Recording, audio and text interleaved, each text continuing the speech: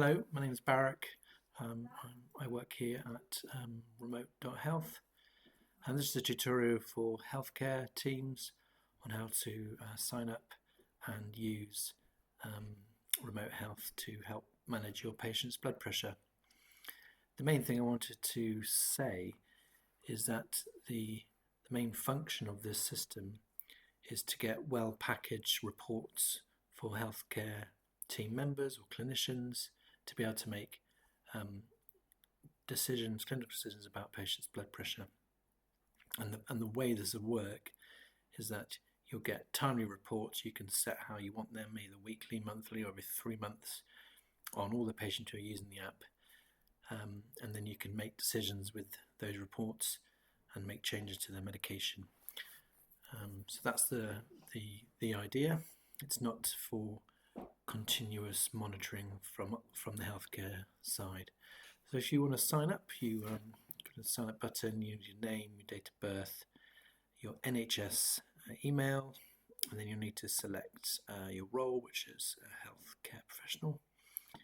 And you can select from the GP practices that are currently on the system, or if you're signing up to a new one, you can leave that blank and you can add it later. Click agree to the privacy policy in terms of service, and away you go. I'll just log in myself. Right, once you log in, you'll be sent to your clinical dashboard. I'll quickly go through the tabs at the top here. On the left, you've got your profile, which gives you essentially the information you inputted when signing up. There's there is some practice settings, which I'll go through later. It also will state here if you're an approved member of the practice or unapproved. This essentially is to stop any person with an NHS email joining your practice and being able to see the patient information. Each practice will have an administrative role member who will verify whether the person trying to join is someone who works at the practice. This is then again how you can change or add the practice you're working at. So you click change, you can choose ones that are there, or you can add a new one, as I explained earlier. So then there's a contact tab for giving feedback, good things or bad things, or things you want to add would be useful. Again, there's a clinical dashboard, which is the main thing we'll be going through today. You won't have the admin tab. There's an education tab. Again, this is mainly for the patients, and there's some modules for them to learn about hypertension. Again, that's more for your information. There's a how it works tab, just to explain how things work. There's an overview page, which is like the landing page which we landed on, and then sort of a mission page about what we're trying to do here at Rmote Health. So just to go through the clinical tab, essentially this is where you'll have a dashboard with a table which will have your registered patients.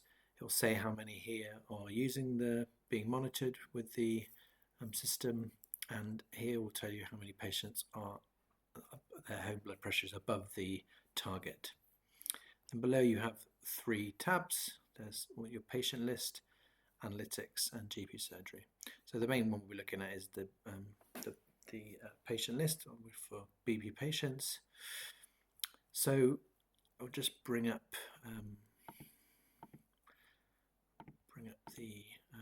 some patients. So the patient table looks like this. You've got the name, their age, their date of birth, when they last checked in, their last added blood pressure, their average blood pressure over 30 days, and the number of readings they did in 30 days. And then these are for the clinician, when they were last reviewed by a clinician and what action was taken.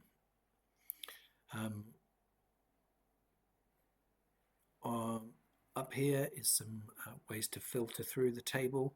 You can search for a patient if you want to look at someone specifically.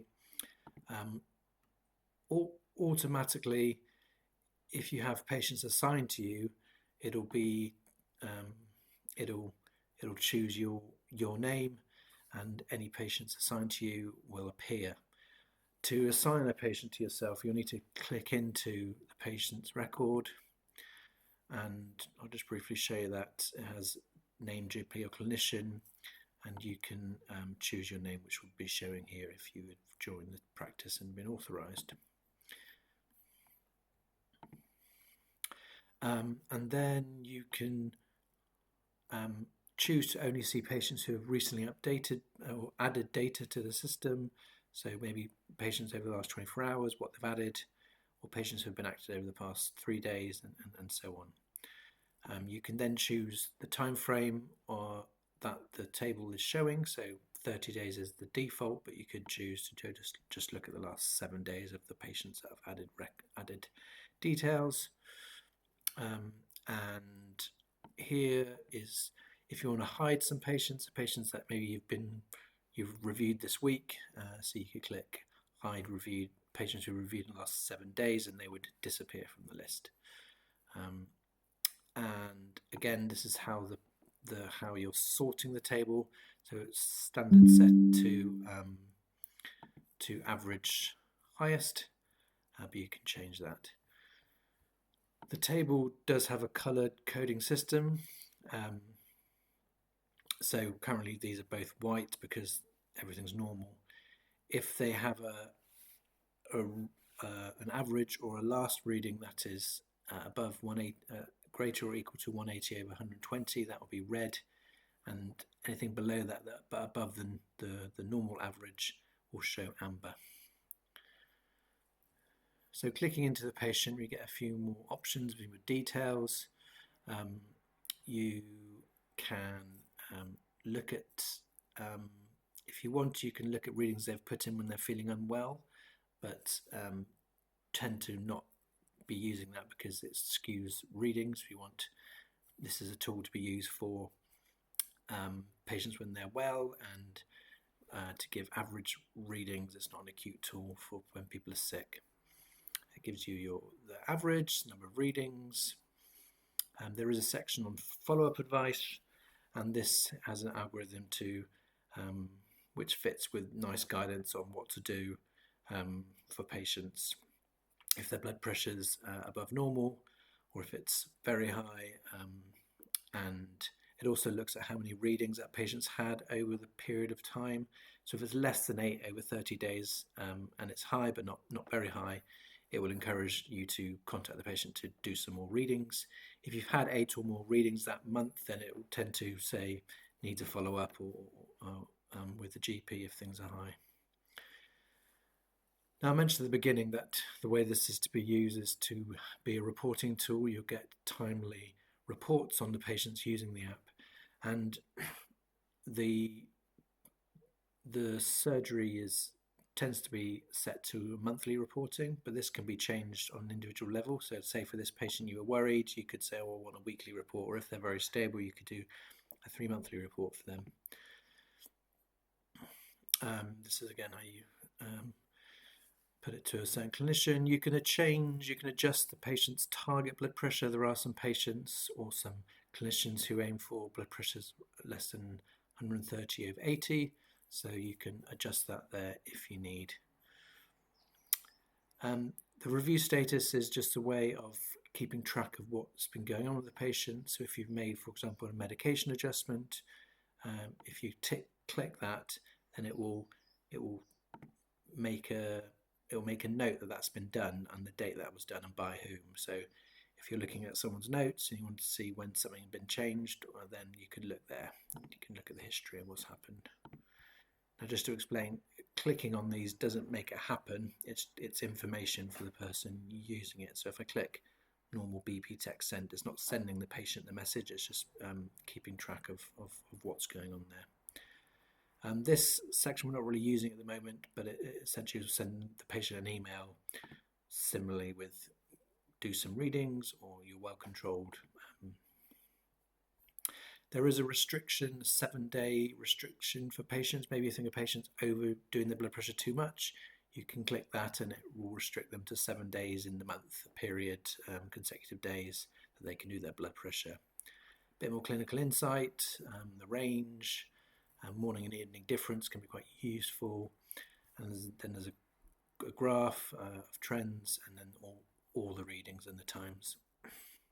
So that's a general overview of looking deeper into a patient. As I said, generally, I don't think we need to be using this for continuous monitoring, but more as a reporting system on a sort of set regular basis. You can set a reminder email to be sent to the healthcare team every morning, and there's a heart failure module which we're not currently using. And then this is the key bit on the scheduled patient reporting. So if you want to have regular reports sent to an email of your choice, it's currently set up weekly. So you can either get, this is how you choose where you want the email to be sent to. So it could get sent to just the named GPs, so they manage their own patients. And you could also send it to the practice email, which if it's on the system will go to that email. Or you can send it to every staff that's registered at the practice. So that's how that works. And again, this is how you change your practice you're working at. So I think the key bit, as I was saying, is we use this for regular, useful reports, and the reports will show each patient and their average blood pressure over the period that you choose. Another thing to say is it's very clear from the patient dashboard that the system's not to be used for acute or urgent communication. For example, if a patient puts in a high blood pressure or blood pressure greater than 180 over 120, it tells them to seek an urgent review. And every time a patient puts in a blood pressure, it will pop up and say, your GP will review this. We'll get a report on, a monthly basis, for example, or a weekly basis if that's what it's set to. So there's lots of reminders and pop-ups for them as to how the system works. I briefly want to touch on how we are inviting patients to use this. We're using Accurix messages. So if I briefly open that. Right, so looking at Accurix, there are some preset template messages. So if you search for the message in the normal way, I'll just show you what the template messages currently are. There's an invitation text message, which essentially gives them a link and has a short video of how the system works. There's also a message to ask them to do 7 days of readings. There's a text message saying your blood pressure is well controlled, maybe do another set of readings in 3 months. And then there's a change in medication message which needs you to sort of adjust, add the medication you're changing, the dose, and so on. So those are the current ones that are there. Obviously you may want to add others, but currently that's how we'll be communicating with the patients. Currently I've invited about 10 to 12 of my patients, and I've used patients that are between the age of 40 and 75, as they're more likely to be able to use technology.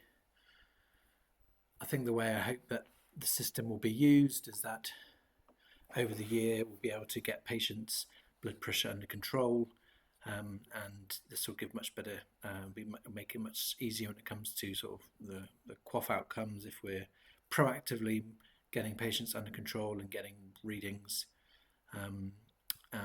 This obviously can be increased to CKD for the blood pressure, diabetes, strokes and MIs, cardiovascular risk, having those blood pressures on the system.